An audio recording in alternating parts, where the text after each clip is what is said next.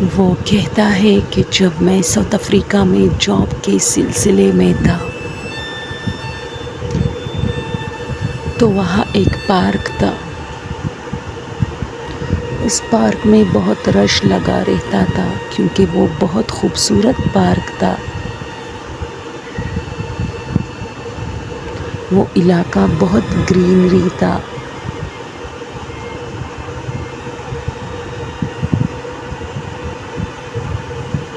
لیکن رات کو عجیب بات ہوتی تھی. جب میں کھڑکی سے دیکھتا تھا تو جو روشنیاں دن کے ٹائم نظر آتی تھی، آدھی رات کو وہ ایسے ہوتا تھا جیسے اجڑا ہوا ویران سا پارک. اس کے قریب ایک کاٹیج یعنی جھونپڑی بھی تھی. وہ جھونپڑی بھی دن کے ٹائم بہت خوبصورت نظر آتی تھی. لیکن رات کو جب میں کھڑکی سے دیکھتا تھا تو مجھے ایسا لگتا تھا جیسے یہاں برسوں سے کوئی نہیں رہتا. اور اس جھونپڑی تک جو راستہ جاتا تھا وہ اور بھی رات کے ٹائم بھیانک ہوتا تھا. رات کے ٹائم یہ جھونپڑی ایسا بوسیدہ ہوتا تھا جیسے گرنے والا ہو، لیکن جب صبح ہوتا تھا تو یہ اتنی خوبصورت ہوتی تھی کہ دل چاہتا تھا کہ اس کے اندر جاؤں. اس جھونپڑی تک جو راستہ جاتا تھا وہ رات کے ٹائم بہت زیادہ وحشتناک ہوتی تھی، جبکہ دن کے ٹائم وہ راستہ بہت خوبصورت، بہت پھولوں اور پودوں درختوں سے بھرا ہوا ہوتا تھا. مجھے اس لاجک کی سمجھ نہیں آتی تھی. میں نے یہاں 8 مہینے گزارے تھے. ان 8 مہینوں میں مجھے اس علاقے کی پراسراریت کے بارے میں خوب پتہ چلا تھا. ایک مرتبہ اس پارک کے ایک چوکیدار سے میری ملاقات ہوئی. میں نے ایسی ہی باتوں میں ان سے کہا، دن کے ٹائم یہ سب بہت اچھا ہوتا ہے، لیکن آدھی رات کو ایسا لگتا ہے جیسے یہاں سے کوئی گزرتا ہی نہیں ہو.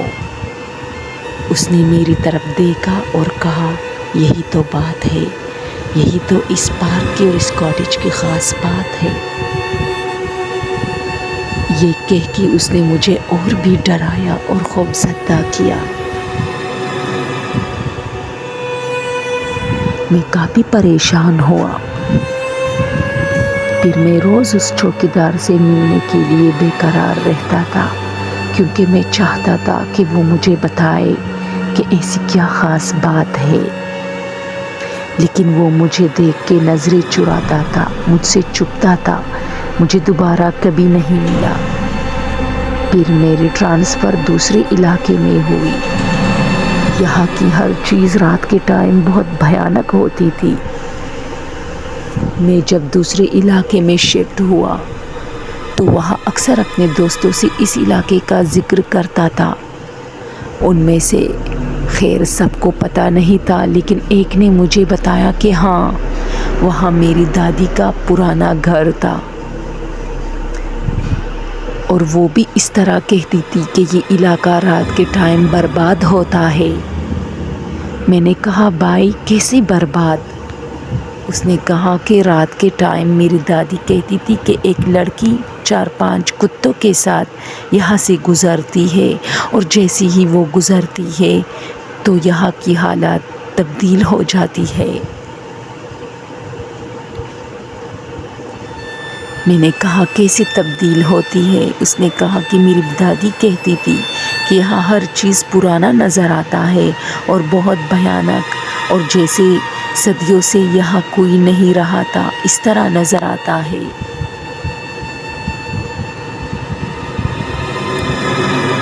پھر میں نے ان سے کہا کہ ہاں، اسی طرح مجھے بھی فیل ہوتا تھا.